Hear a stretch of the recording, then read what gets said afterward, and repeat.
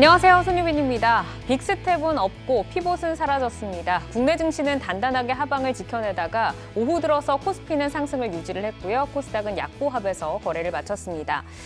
이제 종목별로 좀 살펴보면 따라올 자가 없는 2차 전지주 여전히 강했지만 오후 들어서면서는 상승폭을 다소 축소를 했습니다. 변동성이 큰 모습을 보였는데요. 2차 전지주가 과연 왕좌의 자리를 언제까지 지켜낼 수 있을지 잠시 후에 전문가들의 인사이트 함께 들어보시죠. 자, 오늘장 마무리 주식으로 시장 먼저 정리하겠습니다. 김성준 부장의 종목 먼저 확인해 보겠습니다.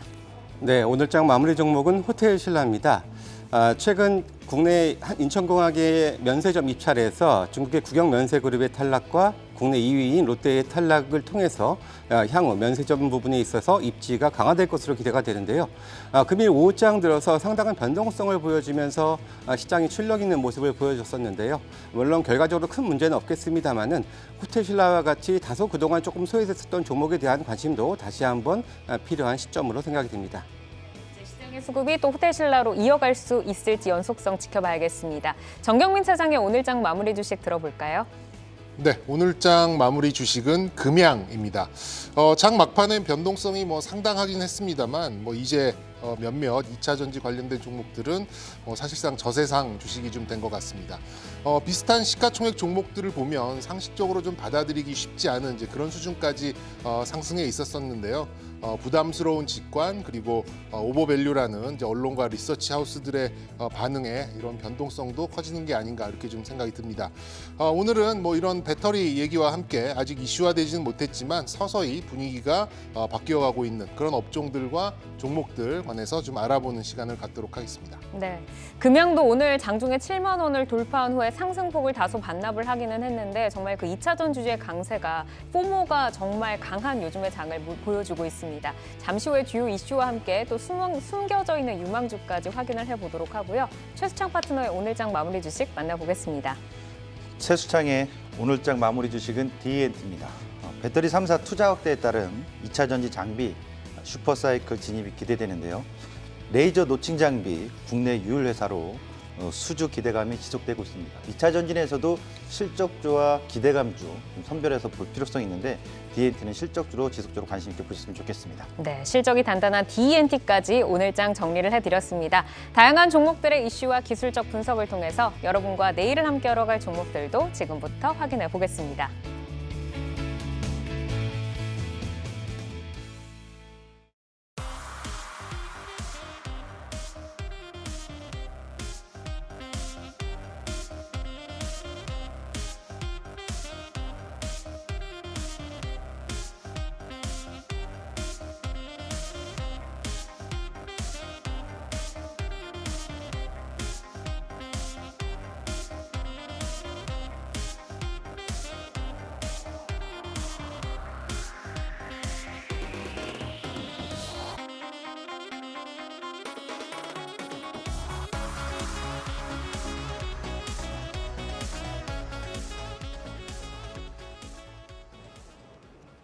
이슈를 통해 성장주와 주도주를 찾아보는 종목인 이슈. 거침없는 상승세로 우상향하고 있는 LFP와 또 전고체 배터리 관련주, 그리고 전방 산업의 확대로 주목을 받는 OLED 관련주 진단 들어보도록 하겠습니다. LFP와 전고체 배터리 관련주를 보면 정말 2차 전지주가 한여름의 태양보다도 더 뜨겁게 타오르고 있습니다. 최근에는 LFP와 전고체 관련주가 섹터 내에서 대장주 자리를 서로 다투는 모습인데요. LFP는 테슬라와 모멘텀과 함께 또 K배터리 3사가 진출을 본격화하면서 주목을 받고 있고, 전고체 같은 경우는 삼성 SDI가 상반기에 파일럿 라인 완공을 예고를 하면서 이목이 쏠리고 있습니다. 오늘도 LFP, 전고체 모두 상승세를 보였지만 어제는 LFP 탄력도가 더 좋았고요. 오늘은 전고체가 조금 더 주목을 받았습니다. 자, 이어서 OLED입니다. 스마트폰과 프리미엄 TV 등에 한정이 됐었던 OLED의 수요가 IT와 또 전장까지 확대가 되면서 관련주에 대한 기대감이 살아나고 있습니다. 전방 업황의 침체기 속에서 주가 부진을 면치 못했던 OLED 관련주를 담아볼 현재 좀 매수 적기다라는 평가가 잇따라 나오고 있는데 과연 유효할지 좀 자세하게 들어보도록 하겠습니다. 자, 배터리 먼저 좀 질문을 드려볼 텐데 이 배터리 질문을 좀 드리기 전에 저희가 코스닥 같은 경우가 이제 막판에 좀 흔들리면서 거래를 마쳤습니다. 특히 2시 한 40, 50분 이 정도 경에 굉장히 시장이 많이 하락을 했다가 다시 올라서면서 뭐 2차 전지주와 로봇주가 좀 그런 흐름을 보였는데 정경민 차장께 이 시장의 움직임에 대한 이야기를 먼저 좀 들어볼까요? 네, 뭐 단기적인 수급 쏠림이 이제 만들어내는 그런 변동성이라고 좀 보고는 있는데요. 아무래도 이제 지금 최근에 좀 과한 이제 그런 상승 그리고 여러 가지 이제 오버밸류다라고 하는 이제 리서치 하우스들의 또 언론에 나오는 이제 그런 얘기들 이런 것들이 좀 엇갈리면서 조그만한 그런 하락 움직임에도 확 쏠려 나오는 그런 이제 수급적인 특징이 만들어낸 그런 부분이 아니었나라고 생각이 들고요. 일단 뭐 이렇게 좀 워낙 강하게 올라가던 그런 부분이었는데 윗부분에서 이렇게 큰 폭의 하락이 나왔다라고 하는 것은 심리적으로 이게 언제든 하락할 수 있다라는 것을 투자자들한테 좀 심어줬기 때문에 아무래도 좀 추가 상승보다는 조금 이제 조정의 양상으로 갈 수도 있지 않을까라는 생각을 오늘은 좀 뭐 저도 직관적으로 좀 들게 되는 이제 그런 날이었기 때문에 굉장히 좀 변동성이 한동안은 좀 이어지지 않을까 이렇게 좀 예상해 보도록 하겠습니다. 그러니까 아슬아슬한 빙판 위에 있는 것과 같은 그런 이제 흐름으로 부담감이 있기 때문에 모두 다 함께 좀 매물을 출회를 했다라고 하셨는데 최수정 파트너께서도 이렇게 좀 보실까요? 이 부분은 뭐 다른 어떤 이유 설명을 더 하기는 좀 어려워요. 지난 시간 우리가 2주 전에도 2차 전지 얘기할 때 추세는 꺾여 있지 않습니다. 부담스러운 국면입니다. 트레이딩에 집중적으로 할 수 있는 분은 하셔도 좋습니다. 근데 오늘요 저는 특징이 장 막판에 나왔는데 이제 이동 중에 저는 이제 본 거거든요. 네. 오늘 여러분 거래 대금을 한번 보시면 에코프로 BM이 2조가 넘어요. 에코프로가 1조 원입니다. 금양이 1조 원 넘습니다. 삼성전자가 오늘 9,400억이거든요. 그러니까 이 거래 대금 최근에 에코프로 쪽에 몰린 거 보면 결국 과열인 거 누구나 인식하고 있는 거고 그런 심리가 반영되니까 장중에 조금의 어떤 매물에 출해돼서 변동의 하락이 흔들리니까 동시다발적으로 대응했던 분들이 또 동시에 내동매매라고 할까요? 같이 투매를 던진 투매라기보다도 고점에서 차익을 실현했다고 봐야 되겠죠. 또 그 안에서 물린 분들이 지금 현재 있을 거고 오늘 제가 보는 직감으로 경험과 오랜치 경험 없을 땐 오늘 거래 대금이 터진 거 최근부터 거래 대금 터질 때 그런 부담스러운 국면인데 에코프로가 대장이기 때문에 이들 종목이 오늘 흔들린 것은 예사롭진 않다 이렇게 좀 보여집니다. 그러니까 에코프로의 하락이 예사롭진 않았고 다른 종목들이 같이 흔들린 것은 이제 그것을 보고 나서 차익 실현을 이제 좀 일부 하려는 또 그런 움직임들이 같이 좀 나타났다라고 좀 말씀을 주셨습니다. 앞으로 또 코스닥이 어떻게 좀 움직일지 내일 좀 지켜봐야 될 것 같고 이제 배터리 관련주를 좀 질문을 드려보도록 하겠습니다. 지금 시장을 보면 이제 2차 전지주 뭐 항상 과열이다, 뭐 지금 너무 좀 고점에 있다, 뭐 다 오버밸류다, 뭐 이런 얘기를 하시는데 그야말로 2차 전지주가 계속 강하게 가다 보니까 지금 시장에서는 2차 전지주를 가진 자와 가지지 못한 자 사이에 그 포모가 정말 굉장히 강한 요즘이지 않나 싶습니다. 양극재 관련주 중심으로 달려가던 이제 2차 전지주가 셀 업체, 뭐 리튬, LFP 그리고 오늘은 또 전고체까지 좀 매기가 확산이 되고 있는데 수급이나 좀 성장성 측면에서 탄력도를 강하게 좀 볼 수 있는 그쪽을 좀 뽑아보도록 하겠습니다. 종목군에 대해서 정경민 차장께서는 어떻게 좀 보고 계세요? 네, 일단 뭐 이 두 분야를 좀 봤을 때 뭐 시장의 탄력도나 선호도를 보면은 뭐 전고체가 월등히 앞서 있는 그런 모습이죠. 확실히 이제 향후에 뭐 북미 그리고 유럽 지역의 공략은 뭐 장기적으로는 이제 전고체 그리고 이제 삼원계 쪽이 주류를 이루고 시장의 이제 세그멘트상 뭐 이제 LFP가 이제 중저가 차량이나 또 상용 차에 사용될 것이다 이런 좀 전망이 좀 있습니다.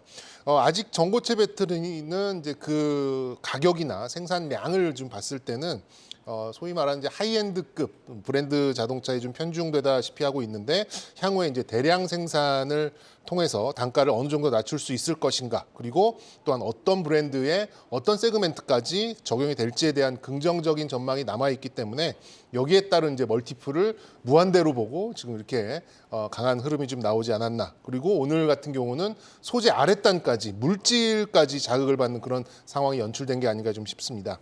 LFP의 관점에서 봤을 때는 이제 뭐 밀도도 낮고 무거운 특성에 뭐 중국을 제외하고는 그런 제가 봤을 때는 이제 압도적인 가격 경쟁력이 가장 큰 핵심이라고 좀 보고는 있어요. 그래서 완성차 업체가 어떻게 전략을 가져가느냐, 뭐 교환을 해준다든가, 뭐 보증을 해준다든가, 뭐 이런 쪽에 전략이 나오기까지는 멀티플과 밸류가 아무래도 전고체 쪽보다는 좀 한정될 가능성이 좀 있다라고 좀 생각은 합니다. 하지만 이 Q 자체, 그러니까 이 워낙 좀 저렴하다 보니까 많은 차에 그 확대가 될 수 있다라는 그 수량적인 부분에 있어서는 어느 정도 실적 개선을 이뤄낼 수 있는 부분이 있기 때문에 최근 들어서 이제 LFP 관련된 종목들이 올라오는 것 정도는 수긍이 가능하다 이렇게 좀 전망할 수 있겠습니다. LFP보다는 전고체 쪽으로 조금 더 긴 성장성을 지금 짚어주셨네요. 최수정 파트너께서는 어떻게 보세요? 글쎄요, 전고체 쪽하고 LFP 쪽하고 비교했을 때 지금은 시장에서 실질적으로 실적이나 수주가 나오는 쪽은 LFP하고 NCM입니다. 전고체는 우리나라 업체들은 아직은 멀었어요. 시기상조예요. 실적으로 특허 관련 것만 하더라도 일본 기업이 전 세계 4군데가 상위 기업이 다 차지하고 있습니다. 그래서 시장 내에서는 이런 어떤 흐름, 어떻게 보면 기술적인 거 이게 중요한 게 아니라 업황이나 흐름이 아니라 2차 전지 섹터 자체 좀 수급의 쏠림 현상에서 묻지마 투자가 되고 있기 때문에 네.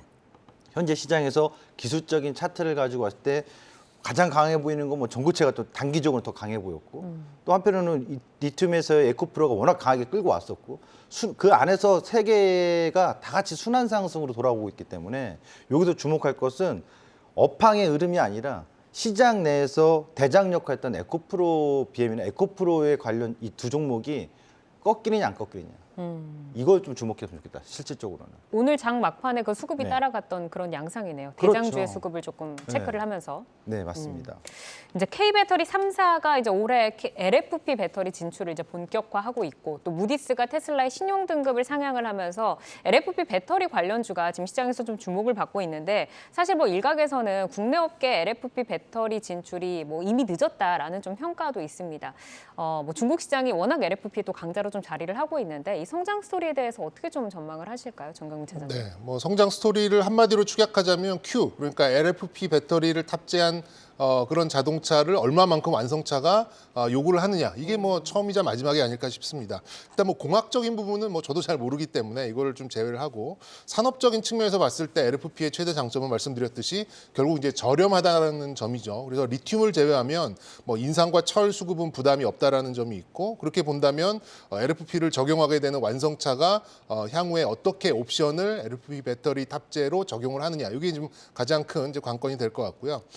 특히나 이제 최종 소비자들의 그 이제 가격 탄력성이 큰 뭐 소형 승용차나 뭐 1톤 뭐 상용차 뭐 이런 경우에는 배터리 가격에 굉장히 민감해질 수밖에 없습니다. 네. 그렇기 때문에 뭐 향후에 뭐 준중형부터 경차까지 그쪽에 해당되는 세그멘트에 적용을 하고 거기에 어느 정도의 이제 수요 예측과 또 생산을 하느냐에 따라서 수량이 늘어나게 되는 이제 이런 좀 성장 스토리를 좀 볼 수는 있겠는데요. 물론 이제 앵커께서 짚어주셨습니다만 국내 셀 3사가 LFP도 함께 역량을 좀 키웠다면 뭐 점유율 측면에서 중국과 뭐 이렇게 좀 견줄 수 있는 그런 부분도 있겠습니다만 뭐 저 개인적으로는 뭐 싸고 좋은 건 없어요. 예, 그런 걸 봤을 때 역시 역량은 3원계 쪽에서 키워가면서 가격 경쟁력을 좀 높여가고 동시에 좀 시장 세분화를 통해서 일정 부분 LFP를 병행을 한다라고 하면 생각보다 좀 빠른 시간 안에 뭐 실적적인 수치, 그러니까 큰 폭의 마진보다는 Q, 그러니까 물량을 늘려가면서 어떤 실적을 자극할 수 있는 그런 요인으로서의 성장 모멘텀은 어느 정도 유효하다, 이렇게 좀 짚어드릴 수 있겠습니다. 그러니까 LFP는 뭐 해야 되는 시장이니까 Q가 늘어날 예정이니까 이쪽으로는 몰입이 되어 있지만 시작은 하고 있지만 3원계 쪽에서 이제 마진을 챙기면 된다라고 좀 말씀을 주셨는데 이 LFP 배터리와 관련 종목군으로 보자면 뭐 EG, 코인테크 또 뭐 LNF 뭐 이런 종목들이 지금 뭐 주로 좀 꼽히고 있는데 연결고리 그리고 주요 종목별의 강점과 또 모멘텀에 대해서 한번 좀 짚어주시죠. 차장님. 네, 이거는 어쩔 수 없이 좀 개인적인 제 의견, 성향 뭐 이런 것들이 좀 들어갈 수밖에 없는 거 좀 먼저 좀 말씀드리고요. 일단 소재로 가면 아까 언급드렸듯이 이제 리튬 수급의 문제죠. 그래서 국내 업체들도 LFP에 좀 다시 들어간다라고 하니까 리튬 관련된 종목들이 지금 활활 타오르는 이제 그런 모습을 좀 보였었고, 그리고 이제 LFP도 뭐 똑같습니다. 소재와 장비로 구분해서 좀 접근이 가능한데 기존에 우리가 봤었던 이제 그런 3원계의 행태에서 좀 나타났었죠. 뭐 코인테크나 CIS 같이 LFP의 장비 업체로 좀 분류되는 업체들도 생각보다는 탄력이 많이 나오고 있지는 않아요. 그래서 상대적으로 소재 쪽이 조금 더 부각되는 그런 모습을 좀 생각할 수 있겠고, 또 LFP라고 해서 기존에 했었던 그런 삼원계 쪽에 있었던 장비 업체들이 진입하지 못하는 것도 좀 아니기 때문에 상대적인 매력도가 장비 쪽에서는 역시 좀 떨어지지 않나 싶습니다. 결국 시장 수급은 소재에 좀 뭐 이렇게 열광할 수밖에 없는데 말씀드렸듯이 철과 인산은 뭐 그렇게 어려운 수급이 아니잖아요. 그렇기 때문에 리튬에 더욱 집중할 수밖에 없고 또 LFP의 형태가 또 원통형으로 갈 가능성이 좀 높아지면서 원통형 관련된 종목들이 강세가 나오는 이제 그런 모습을 좀 보였기 때문에 이걸 좀 이어갈 가능성이 있다고 봅니다. 그리고 개인적으로 좀 픽을 뽑자면 뭐 전액 관련해서 첨보 같은 종목들도 참고해 보셔도 괜찮을 것 같습니다. 네, 첨보를 좀 참고해 보자라고 하셨고 전고체 배터리 질문을 드려보겠습니다. 전고체 배터리 소재 업체 뭐 오늘 강한 탄력도를 좀 보여줬는데 이 성장 단계와 속도에 대해서 어떻게 좀 보시는지 파트너님께 들어볼까요? 제가 분석해서 공부해온 내용은 기대치 낮습니다. 그 아직은 네. 낮은 게 아니라 네. 시장에서 먼저 이런 관련주들이 움직였으니까 관심을 갖는 거지 실제 국내에서 나오지 않습니다. 왜냐? 팩트를 얘기해드리면 네. 최근에 삼성 주총에서 삼성이 15일 날 주총에서 전고체 배터리 개발 계획이라고 얘기했습니다. 계획하겠다. 계획. 네, 계획을 얘기했습니다. 미래 비전. 이렇게 해보겠다. 그다음에 전기차용 LFP는 지금 CATL에 나오고 있잖아요. 중국 BYD랑. SK온이 국내 최초로 시제품을 내놨습니다. 그것도 최근에요. LG엔솔은요. ESS 에너지 저장 장치의 발표였거든요. 네. 그럼 실제 전기차용은 없다는 거잖아요. LFP용. 그러니까 이런 부분만 보더라도 아직 우리나라에서 국내 업체들이 뭐 또 선점하는 건 시기상조고 일본의 업체래 일본 업체 막셀이라고 있어요. 일본 막셀이라는 회사가 지금 이번 개발 전고체 배터리에서 본격적으로 양산을 해보겠다라고 얘기가 나오고 있는데 규모는 크지 않습니다. 주목을 좀 해볼 필요성이 있고 그리고 전고체 배터리는 가격이 엄청 비싸요. 리튬 삼원계보다 한 4-5배 비싸기 때문에 그것이 지금 시장에 진입하는 침투할 때까지는 꽤 오랜 시간 걸릴 것이다. 따라서 시장에서 움직이는 전고체 배터리는 말 그대로 시장 안에서 주식시장 안에서 기대 심리에 따른 수급의 논리로 같이 상승의 어떤 동조했던 테마 성격이 더 짙게 느껴진다 이렇게 보시면 될 것 같습니다. 네.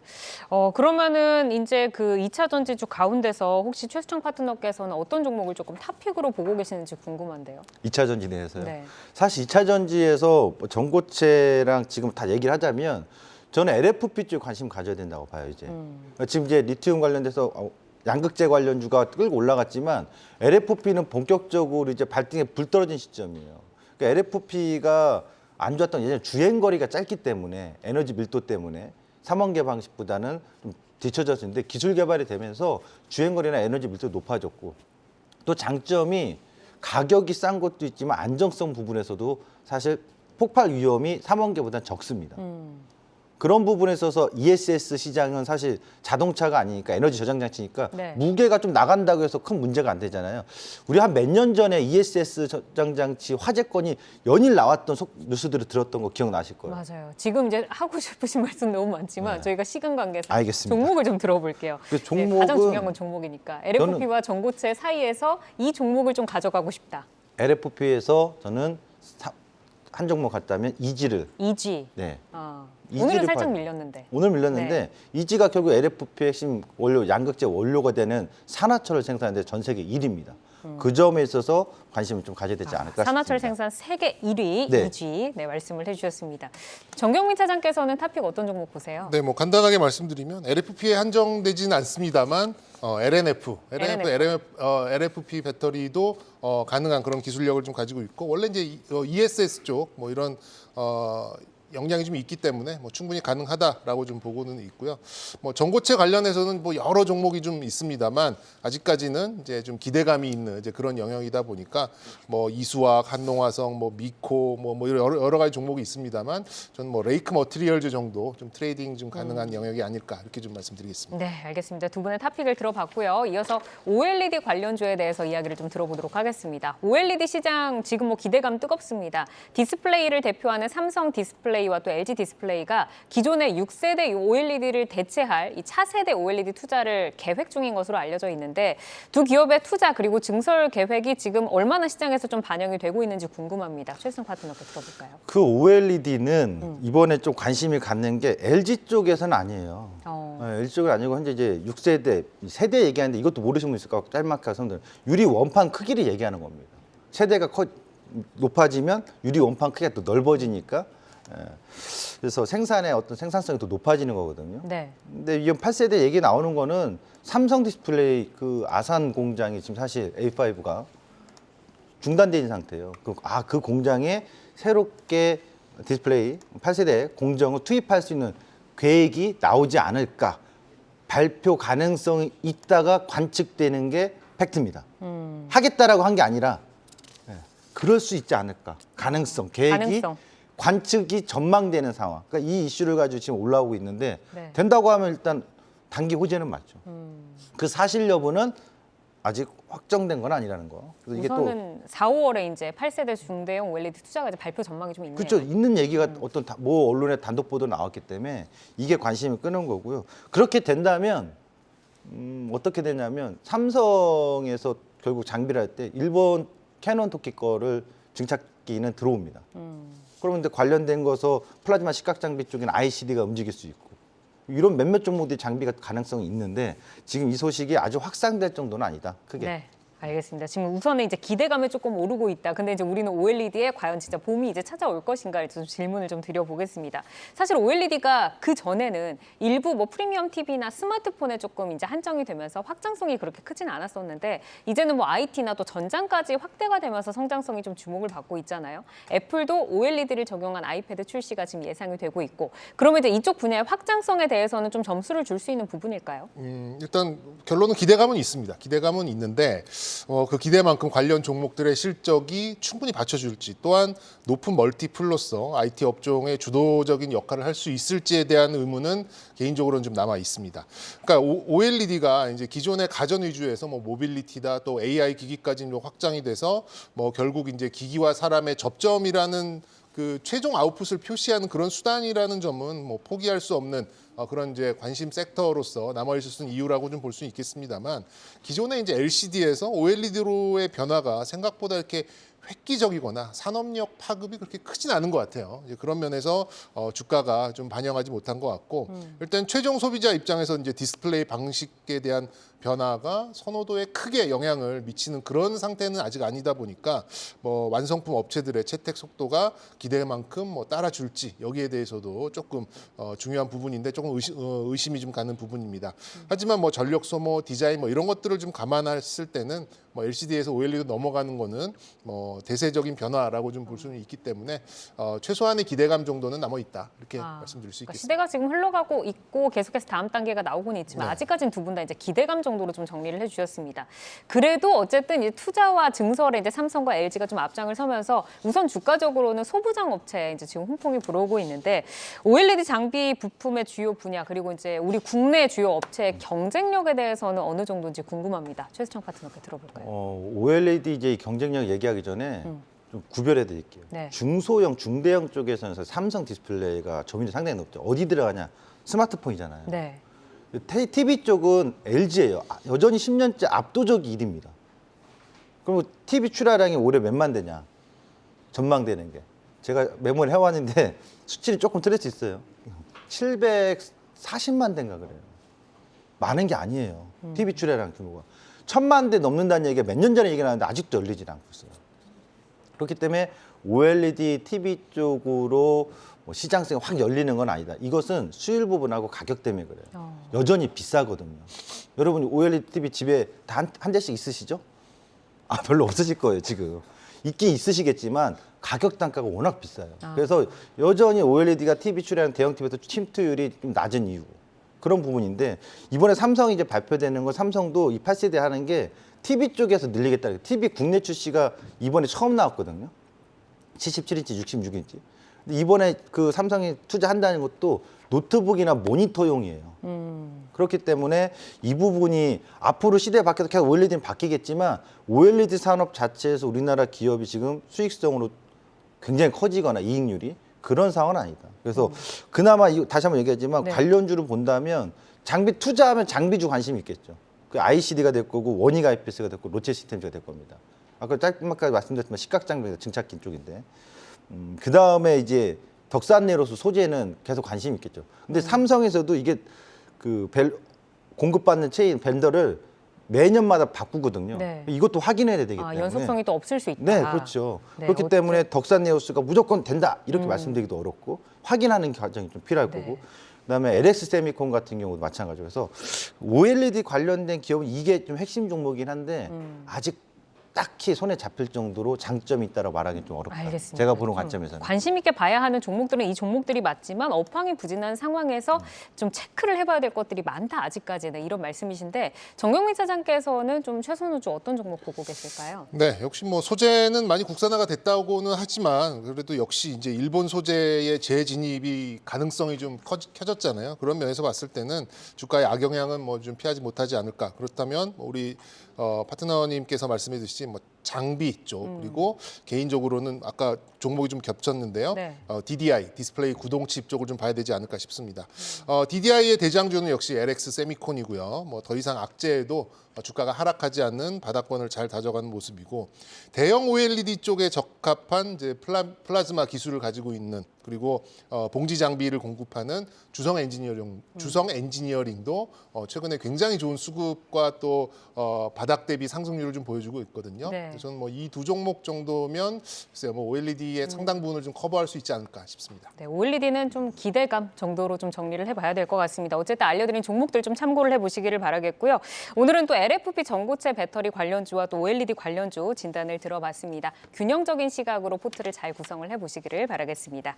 여러분은 지금 내 종목을 만나는 즐거움, 종목 맛집 투데이 한경 코리아마켓과 함께하고 계십니다.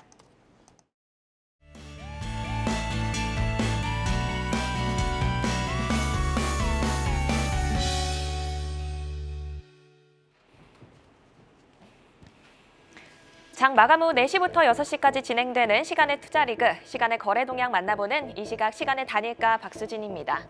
정규장 마감 후 오후 4시부터 6시까지 10분 단위로 시간의 단일가 거래가 이루어지는데요.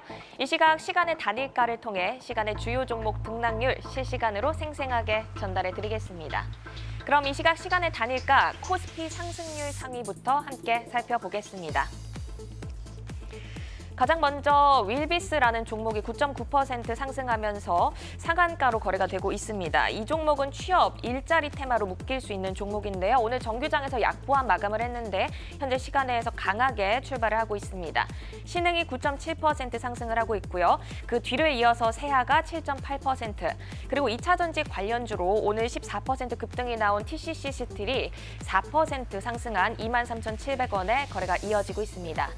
이어서 코스닥 상승률 상위 살펴보겠습니다. CTK가 9.9% 상한가로 지금 거래가 되고 있습니다. 오늘 급등하면서 VI까지 걸렸던 종목인데요. 오늘 9% 강세로 마감을 했는데 시간에서도 강한 흐름 이어가고 있습니다.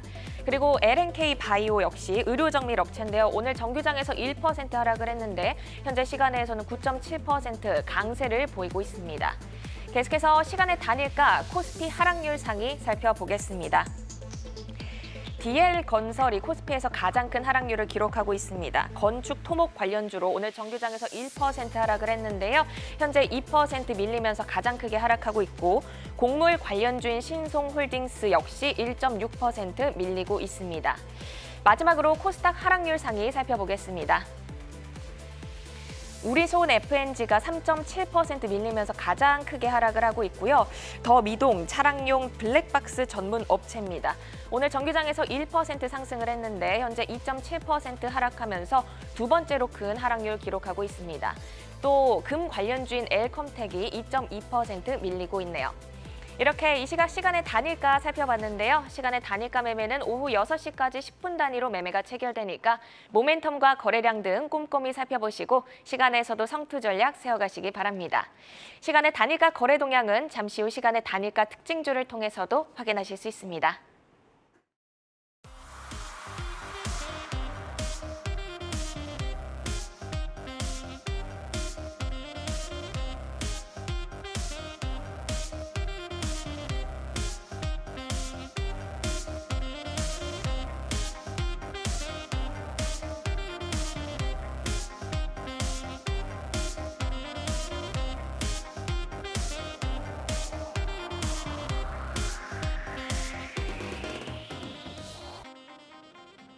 네, 시간의 단일가 움직임 확인을 하고 왔습니다. 자, 내일 속에서 또 종목별로 저희가 또 기회를 찾아보도록 하겠습니다. 내일을 여는 유망주 어떤 종목 가지고 오셨는지 화면으로 확인해 보시죠.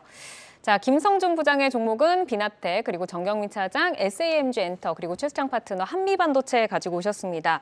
자, 김성준 부장의 비나텍부터 먼저 만나볼까요? 수소 관련해서 친환경 에너지로 주목받는 종목이죠. 네, 맞습니다. 비나텍은 이제 크게 두 가지 사업 분야가 있는데요. 첫 번째는 이제 슈퍼 커패시터라고 하는 이제 슈퍼캡이라고 흔히 부르는 건데요. 이게 이제 전력을 일시에 저장해 두었다가 필요할 때 순간 쓰는 그런 장치를 말하는 건데요. 네. 기본적으로 전력 밀도도 높고 총반전도 빠르고 또 이게 반영구적인 수명을 보여주고 있어서 최근 들어서 뭐 전기차라든지 또 이제 태양광, 풍력 같은 그런 이제 친환경 그런 발전소들, 그밖에도 뭐 데이터 센터라든지 갖가지 상당히 좀 많은 부분에 있어서 이런 에너지 저장 장치를 좀 활용이 되고 있는 상황인데요. 비나텍은 현재 이게 이 중형 슈퍼캡 분야에서 글로벌 1위, 대략 한 20% 정도의 시장 점유율을 차지하고 있는데 이쪽이 아직까지는 그렇게 뭐 시장에 진입이 많이 크지가 않습니다. 아직 20% 미만이기 때문에 계속해서 성장을 할 것으로 기대가 되고 연평균 한 25%가량의 추가적인 성장이 좀 기대가 되는 부분들입니다. 두 번째는 이제 말씀하신 수소 쪽인데요. 사실 뭐 최근 들어서 우리나라뿐만 아니라 글로벌리 수소 분야 투자가 상당히 좀 활발한 분야이기도 한데요. 기본적으로 수소 같은 경우에는 이 회사는 이제 차량용 MEA라고 하는 이제 막전극 접합체라고 하는 이제 한글이 더 어려운데 아무튼 이 MEA 시장에 이쪽 관련된 분야에서 이제 2030년에는 대략의 시장 규모는 이제 8조 원에 달할 것으로 보여지는데요. 이게 수소차에 있어서 가장 크게 비중, 연료 비중이 아니라 그 원가 비중이죠. 원가 원가 비중을 비중. 차지하는 것이 네. 이제 스택인데 스택이 대략 30% 이상을 차지하고요. 스택에 있어서 이 MEA가 60% 이상을 차지를 하는데 비나텍은 지지체부터 그리고 이제 촉매, 그리고 이제 MEA, 그리고 스택까지 전부 다 할 수 있는 그래서 수직 계열화돼 있어서 시너지 효과를 지금 기대를 해볼 수가 있는데요. 기본적으로 지금 최근에 좀 기대하는 것은 이제 이 회사의 파트너십을 가지고 있는 독일의 보쉬사가 있는데요. 보쉬사가 2025년도에 이제 수소용 그 연료 전지를 이제 4만여 대까지 늘리겠다라고 지금 발표를 한 바가 있습니다. 근데 파트너십도 가지고 있고 또 MEA 쪽 관련해서 상당히 좀 기술력을 가지고 있는 이런 업체이기 때문에 일단 수주 가능성을 좀 기대를 해보고 있는 상황이고요. 이제 현재도 좀 증설은 계속해서 하고 있습니다만은 수주 시에는 또 추가적인 증설로 인해서 또 내년부터는 본격적으로 좀 실적이 좀 올라설 수 있을 것으로 좀 기대가 되는 이런 부분들입니다. 그래서 결론으로 말씀을 드리면은 슈퍼캡 분야에서도 이제 꾸준한 성장이 기대가 되고 또 수조 쪽에서도 이제 성장이 기대가 되는 그런 회사고요. 올해 대략 한 매출 한 1,000억 정도의 영업이익 한 150 정도 기대가 되는데 올해보다도 내년에 더 이익 성장이 좀 클 것으로 기대가 되는 만큼 장기적인 안목에서 관심이 필요한 종목입니다. 네, 뭐 중형 슈퍼캐퍼시티 그리고 또 수소차의 또 밸류 체인을 완성을 하면서 연료전지의 원가 비중이 높은 부분들로 앞으로 실적을 좀 더 상승을 할 수 있다, 극대화시킬 수 있다라고 말씀을 주셨는데 차트를 보니까 좀 N자형으로 1월부터는 계속해서 상승을 좀 하고 있는 것 같아요. 그럼 장기적으로 어디까지 저희가 좀 볼까요, 가격을? 예, 사실 제가 이게 작년 11월에 한번 소개를 드린 바 있는데 거래가 막 활성화되어 있지는 않습니다만은 제가 말씀드렸던 것처럼 장기적인 안목으로 좀 꾸준히 이제 모아가자는 말씀을 드리고요. 일단은 기술적으로 차트를 보실 텐데 최근에 이제 5만 5천 원대가 고점이었어요. 그래서 일단은 첫 번째 가격은 5만 5천 원을 일단 목표로 하는데 저는 뭐 추가적으로 장기적으로 뭐 그 이상도 충분히 바라볼 수 있는 회사고요. 그래서 기술적으로 신고가 돌파 시에는 뭐 추세대로 일단 끌고 가는 그런 전략으로 좀 말씀을 드리고 싶고요. 손절 가격은 43,500원으로 제시를 해드리도록 하겠습니다. 네. 그리고 이제 김성준 부장님께는 하나 더 질문을 좀 드려야 될 것 같습니다. 오늘 유일하게 이제 상한가를 기록한 종목 바로 태경 BK인데 어제 내어주로 제시를 해주시고 나서 바로 이렇게 상한가를 또 이렇게 기록을 했습니다. 자, 저희가 좀 점검을 받고 가야겠죠. 여기서 어떻게 내려야 될까요? 계속 유지를 해볼까요? 일단 뭐 사실 하루 만에 첫 번째 제시했던 목표가를 벌써 넘어버리긴 했는데요. 이게 또 시가가 마이너스 출발을 했기 때문에 오늘 시가 대비는 30% 이상 이제 상승을 한 부분들인데요. 기본적으로 최근에 대기업들이 SK 머티리얼스가 미국에 그 탄소 포집 업체를 4천억 가량의 인수를 했다라고 말씀을 드렸었는데요. 일단 이 회사가 현재 오늘 상한가에서도 2,400억대입니다. 그래서 관련된 기술은 계속해서 대기업들이 관심이 좀 많이 있기 때문에 일단은 뭐 기술적으로는 고점 신고가를 보여준 만큼 일단 추세적으로 한번 끌고 가보자 말씀을 드리고요. 일단 외국인들이 또 뭐 강하게 좀 매수를 좀 하고 있는 상황이거든요. 그래서 그런 쪽에서도 계속해서 좀 관심 유효하다 말씀드립니다. 네, 끝까지 밀리지 않고 상한가를 유지를 하면서 거래를 마쳤습니다. 앞으로도 좀 더 지켜보자라고 말씀을 주셨습니다. 자, 이어서 정경민 차장의 내여주 오랜만에 돌아왔습니다. SAMG 엔터인데 뭐 캐치 티니핑을 중심으로 IP 확장성 주목을 받고 있고 뭐 중국에서도 SAMG 핫하다고 하더라고요. 성장 모멘텀 들어볼까요? 네, 일단 기본적인 컨셉은 컨텐츠 IP의 그 가치 상승에 따른 이제 실적과 성장성 이게 좀 핵심이고요. 역시 또 이제 저출산 관련돼서 이제 정부 정책이 곧 나올 가능성이 좀 높아서 저는 뭐 단기 테마 가능성도 좀 있어 보입니다. 그래서 단기 매매도 좀 가능할 것 같아서 현재 그런 전체적으로 봤을 때 오늘은 좀 급등을 하긴 했습니다만 네. 좀 조정 양상에 있었기 때문에 접근해 볼 수 있는 종목이 아닐까 이렇게 보여지고요. 대표적인 IP는 이제 뭐 방송 용어는 아닙니다만 이제 등골 브레이커라고 하죠. 그래서 이제 어린이들의 이런 티니핑. 예, 그렇죠. 화상핑이라고 불리더라고요. 아, 그렇죠. 요즘에 굉장히 이제 수요가 또 이제 선호도가 좀 높다 보니까 캐치 티니핑을 필두로 해서 스테디셀러로 볼 수 있는 뭐 미니 특공대도 있고요. 슈퍼 다이노 뭐 이런 캐릭터 IP 이런 것들이 거의 이제 10개가 넘어가는 상황이고 이런 IP를 바탕으로 애니메이션, 뭐 캐릭터 완구, 게임, 메타버스 또 뭐 교육 컨텐츠까지 잠재적인 확장성이 큰 업종의 그런 특성을 좀 잘 살려주고 있지 않나 이렇게 좀 보여집니다. 최근 재료를 보면은 이제 다음 주에 또 이모션 캐슬 플랫폼을 론칭을 하면서 뭐 라이브 파크나 뭐 체험형 어드벤처까지 이렇게 2,900만 유튜브의 구독자들을 잠재 고객으로 하는 그런 플랫폼 비즈니스로의 그런 멀티플 상승도 좀 기대를 좀 하고 있고요.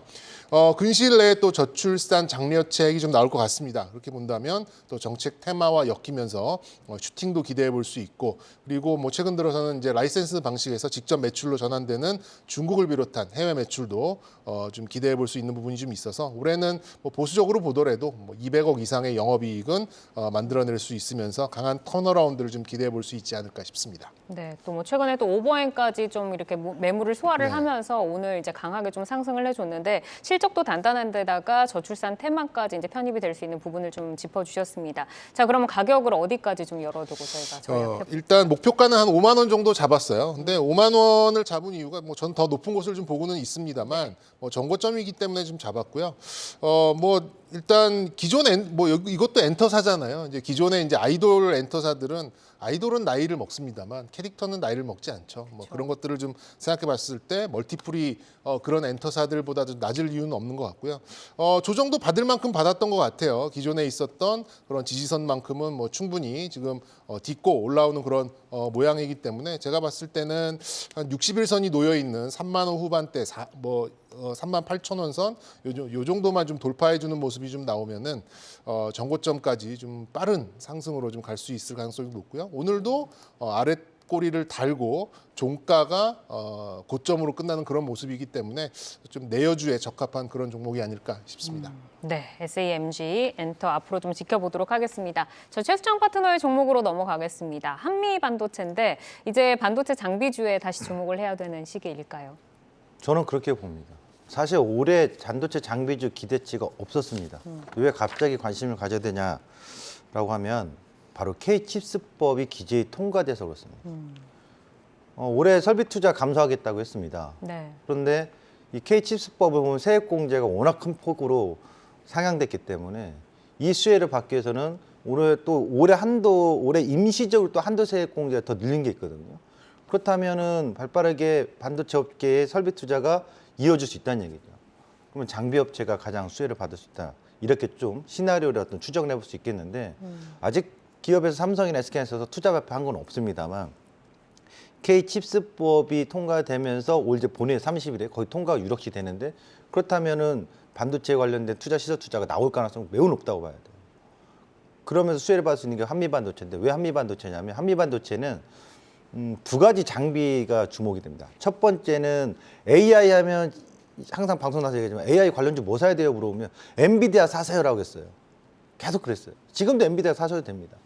근데 엔비디아에 들어갈 때 바로 이 D램 중에서 HBM이라도 고광대역 메모리가 있는데 HBM 메모리에 들어가는데 이 HBM 메모리를 생산할 때 바로 한미반도체에서 하는 TC 본딩 장비라는 게 꼭 들어갑니다. 그 TC 본딩 장비가 바로 AI 칩에 관련된 수혜의 장비가 될 수 있고 또 하나는 이 소 장비라고 해서 웨이퍼를 절단하는 게 있거든. 네. 마이크로 소라고 해서 이게 일본의 디스코사가 거의 절대적으로 일본 기업들이 다 잡고 있었던 건데 한미반도체가 2021년도가 기술 개발해서 국산을 성공했거든요. 네. 이게 어디에 있냐? 파운드리. 그러니까 웨이퍼 생산 늘어나고 하면 결국 파운드리 쪽이 시장이 커지면 이 한미반도체 이 소 장비가 급격하 커집니다. 이 회사가 미래 비전을 얘기한 게 2025년도까지 2025년도 4년 저도 헷갈리긴 하는데 주총에서 매출 6천억 대를 달성할 수 있다고 했거든요. 충분히 가능성이 있다고 봐요. 지금 매출액이 3천억 중반대인데 매출액이 증가되면 실적 성장을 이뤄낼 수 있는 기대가 높은 장비에서 한미반도체 주목해 보셨으면 좋겠습니다. 그러니까 칩스펍에 대한 이제 수혜를 받을 수도 있는데다가 마이크로소로 계속해서 매출액도 확대할 수 있는 부분 좀 네, 짚어주셨는데 가격대는 어디까지 좀 볼까요? 저는 신고가 라운은 25,000원을 목표가를 봐야 된다고 봅니다. 그래서 한미반도체 지금 현재 주가가 이제 16,000원 정도거든요. 사실 이 시점부터 서서히 들어오네 가격이 시세가 붙네라고 했는데 지금 현재 구간은요. 누르든 오르든 매수할 수 있는 좋은 구간 매수대다. 눌림 구간 매수대다라고 보여지고 시세는 최고가가 2만 원대 초반인데 넘어서서 2만 5천 원대까지 중기적으로 올 3분기 이상까지도 끌고 갈 수 있는 네. 추세적인 종목을 보셨으면 좋겠습니다. 알겠습니다. 앞서서 이제 많은 설명을 해주시려고 했는데 제가 시간 관계상 좀 아니, 끊었는데 괜찮습니다. 다행히 또 와우넷 1주년 무료 특강 알고메 대잔치를 진행을 하신다면서요. 네, 이 부분을 맞습니다. 좀 들어볼까요? 네, 제가 이제 1주년이 돼서 다음 주 3월 29일에 여러분들께 진짜 눌림과 가짜 눌림. 내가 사면 계속 빠지면 가짜 눌림이잖아요. 주식에서. 그런 기술적 분석의 노하우를 무료로 공개해 드리니까 3월 29일 날 저녁 8시에 어떻게 오시냐면 와우넷 파트너 오셔서 무료 신청을 하시면 됩니다. 꼭 신청하고 입장하시면 되겠습니다. 알겠습니다. 29일 저녁 8시입니다. 기억을 해주시기를 바라고요. 자, 오늘의 내어주 김성중 부장의 비나텍, 정경민 차장의 SAMG 엔터, 그리고 최수창 파트너의 한미반도체 만나봤습니다. 전략 잘 세워보시고요. 함께해 주신 정경민 IBK투자증권 판교 WM센터 차장, 최수창 와우넷 파트너 여기서 인사드리겠습니다. 좋은 말씀 고맙습니다. 네, 감사합니다.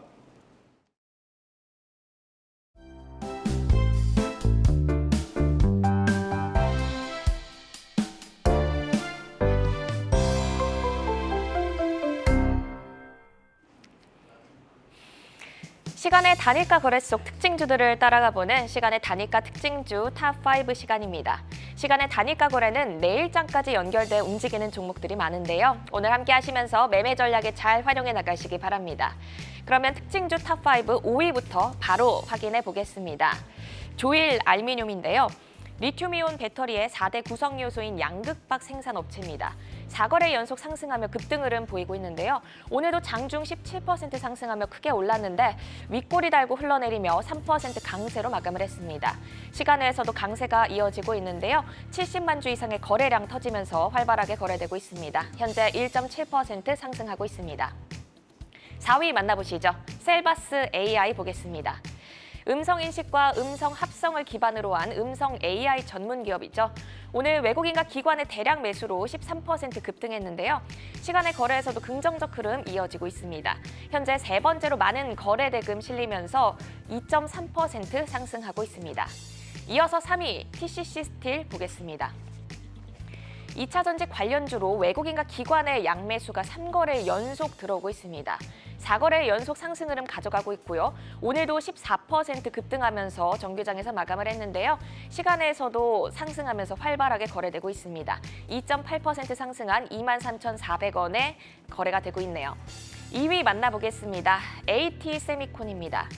반도체 관련주로 현재 시간의 상승률에서 세 번째를 기록하고 있습니다. 9.8% 상한가로 지금 거래가 되고 있는데요.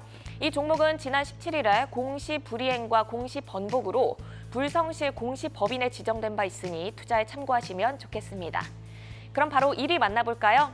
CTK입니다. 오늘 급등하면서 VI까지 걸렸던 종목입니다. 정규장에서 9% 강세로 마감을 했는데요. 시간의 거래에서도 12만 주 이상의 거래량 동반하면서 두 번째로 높은 상승률 기록하고 있습니다. 현재 9.9% 상승한 6,990원에 거래가 이어지고 있습니다. 네, 그럼 시간의 단일가 특징주 탑5 4위를 기록한 셀바스 AI 자세히 살펴보겠습니다. 정규장에서 13% 급등하며 오늘 52주 신고가를 기록했는데요. 시간에서도 강세를 이어가고 있습니다. 부장님, 내일도 강한 에너지 이어갈 수 있을까요?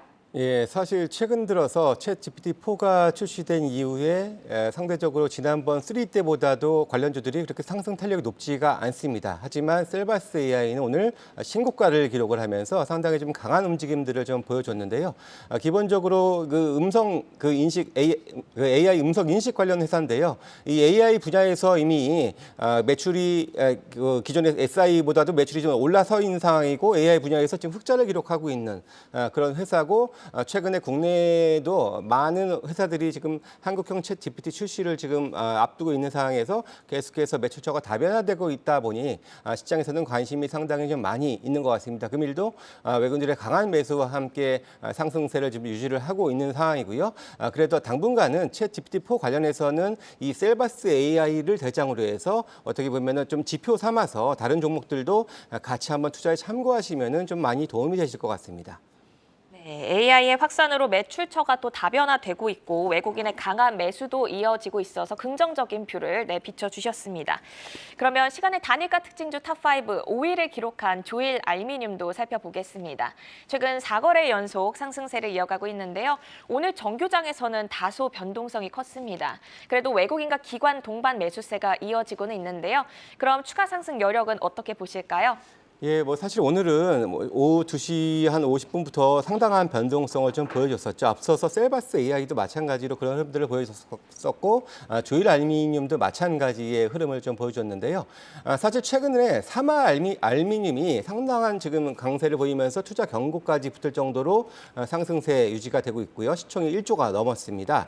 사실 같은 일을 하는 회사죠. 2차 전지 알박 관련 회사라고 보시면 될 것 같은데요. 어떻게 보면 매출 볼륨 조일 알미늄이 더 큽니다. 물론 실적 이익에 있어서는 사마 알미늄이 조금 더 앞서 있는 건 사실입니다만은 볼륨에 있어서는 결코 뒤처지지 않는데 시가총액은 지금 4천억이 조금 안 되는 정도 수준이다 보니까 어떻게 보면 좀 뒤늦게 좀 부각이 되면서 상승세를 보여주고 있는 상황이고요.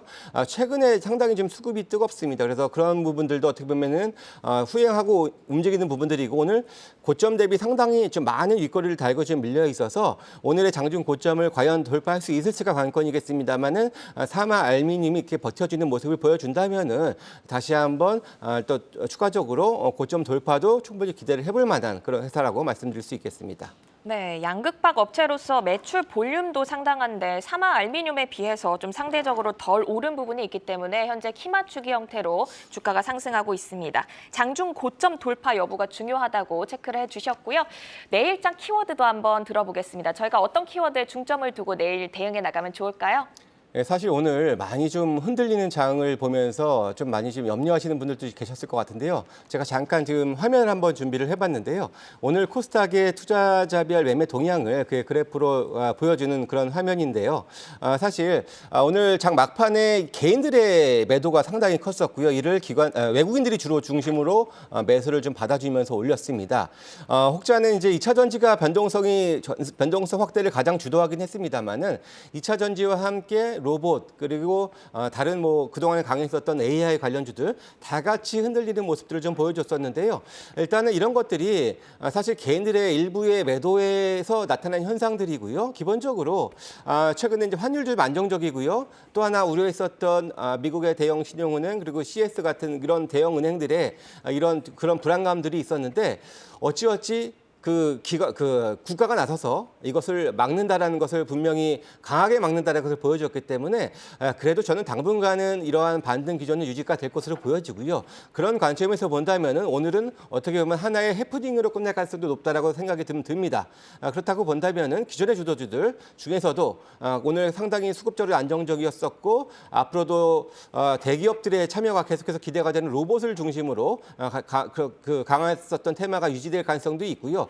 2차 전지 쪽 같은 경우에도 마찬가지로 물론 뭐 많이 오른 것은 부담스럽습니다만은 상대적으로 덜 올랐었던 뭐 LNF 같은 경우는 상당히 지금 수급주 양호하거든요. 그래서 선별적으로도 강한 흐름을 분명히 좀 나타날 수 있다라고 보여지고요. 그래서 기존에 강했었던 주도주들 그리고 그동안에 좀 눌려 있었던 우리가 관심 없었던 제가 앞서서 말씀드렸던 호텔신라와 같은 이러한 그런 주변 주들도 같이 한번 이제는 서서히 좀 관심의 폭을 넓혀가면서 당분간 그래도 좀 더 긍정적인 시장을 생각을 하면서 대응을 하셔도 좋을 거다 이렇게 말씀드릴 수 있겠습니다. 네, 변동성은 있겠지만 반등 기조를 이어갈 것이다라는 전망 주셨고요. 또 기존의 주도주 플러스 눌린 종목까지 좀 확대해서 보자라는 평가까지 들어봤습니다. 네, 이렇게 오후 4시부터 6시 장 마감 후 시간의 투자리그, 시간의 단위가 특징주 탑5 살펴봤습니다. 시간의 단위가 매매는 오후 6시까지 거래가 지속되니까요. 에너지 살아있는 종목들 잘 따라가 보시고 내일장을 열어갈 종목별 베스트 전략까지 함께 확인해 보시기 바랍니다. 오늘 함께해 주신 김성준 하이투자증권 도곡 WM센터 부장은 여기서 인사드릴게요. 고맙습니다. 내 종목을 만나는 즐거움, 종목 맛집 투데이 안경 코리아마켓은 방송 후에도 유튜브에 내여주 검색하시면 다시 보실 수 있습니다. 항상 알차고 풍성한 종목 정보로 투자자 여러분들과 함께하겠습니다. 오늘도 함께해 주신 여러분 고맙습니다.